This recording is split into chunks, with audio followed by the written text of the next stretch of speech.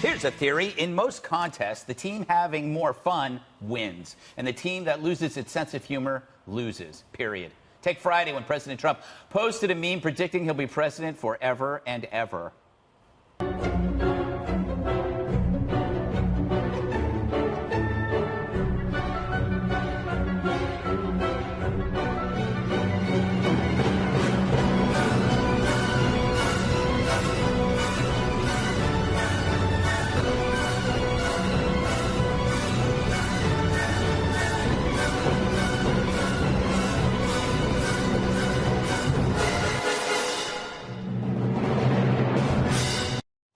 Yeah, that's real.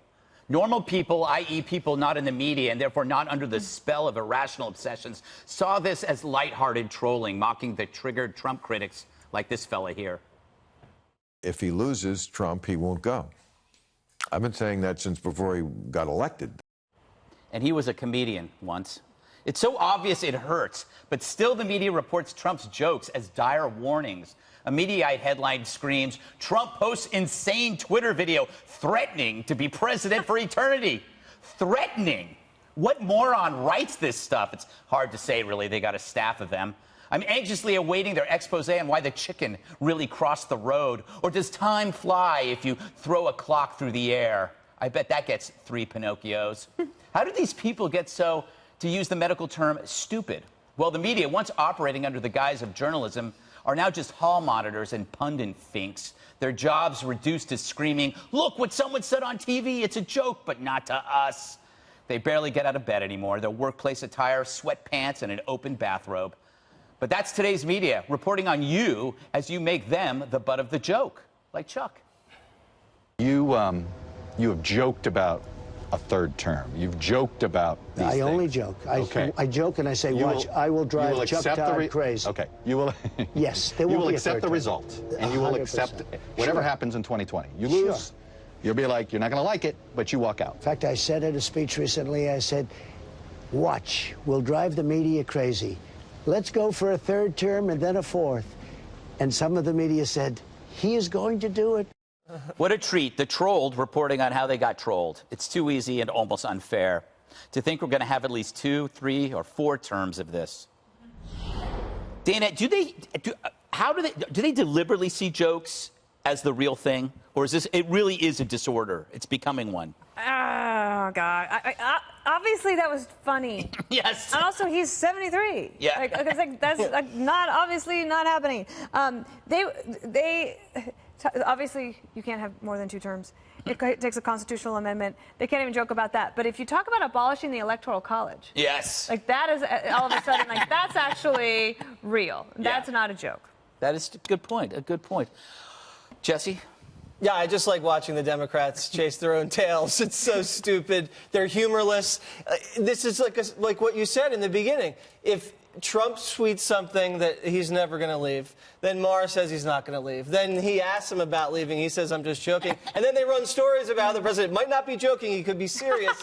When, in fact, it's Hillary and the left who hasn't accepted the last results of the election. Remember, they called him an illegitimate Russian hacker for 2 years. And then you have all the holdovers like Yates and McCabe and Comey try to constantly undermine him from within. But I think the strategy for the media, Greg, is that they're trying to give the Democrat voters a shot of adrenaline and say, you guys need to beat Trump by a larger margin.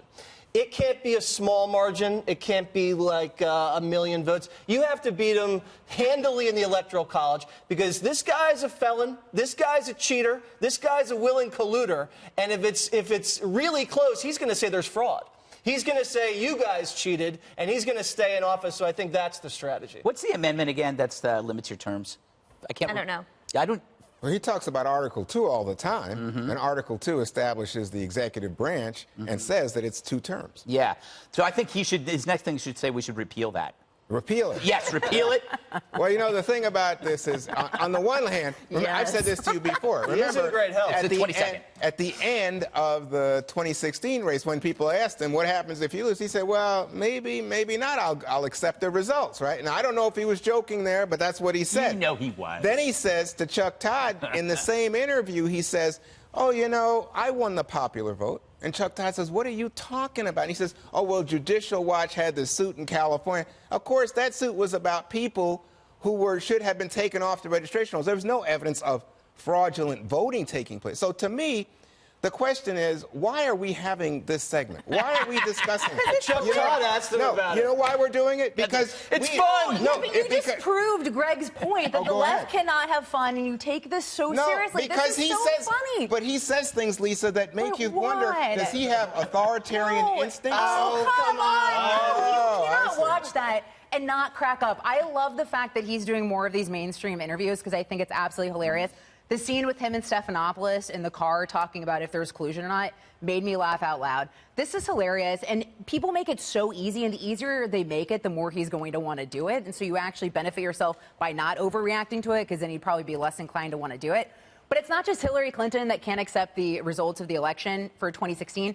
You have Stacey Abrams, who is still saying that she is governor of Georgia. She lost by 55,000 votes in 2018. And you have people like Joe Biden and Pete Buttigieg, all these Democrats that know better, that are saying that somehow she would have been the governor of Georgia, despite the fact that the 2018 midterm elections in Georgia saw near presidential levels in turnout. So clearly nobody was suppressed. There is a tremendous amount of people that turned out. She just lost. They didn't vote for her. Well, I think that you should keep in mind that Brian Kemp, who's now the governor, was the attorney general and was acting in such. He won. He's governor. He's the one who Stacey Abrams is not. Was in fact not governor. Closing polling places. Kemp is governor. But anyway, my point to you, Lisa, is the president is a powerful man. Come on. We should not be sitting here having to debate. Oh, is he joking? Because it's fun. We're not debating it. We don't know what the president of the United States is about. We're not debating that he's joking, because we know he's joking. No, I don't. Look, I'm just telling you. So was he joking in 2016? Well, did Gore win Florida? What? Maybe. It could be. Yeah, maybe. Oh, but you know maybe what? Gore was really president. Just like Stacey Abrams. What? Come on, Al Gore You have a sense of conceded. humor. Come on. Todd should be asking the Democrat Stacey candidates, Abrams will you never accept the conceded. results of the 2020 election? She said What that Dana she doesn't said. consider him a legitimate governor. But she has she never didn't. conceded. I think Al Gore conceded. I think I know Hillary that. Clinton I'm just conceded. saying, Al Gore and Stacey Abrams had a different. No, I just think Stacey Abrams took a principled stand and said think this she's guy governor of Georgia? Don't make closed jokes. polling places. You can marry your sibling, but don't make jokes.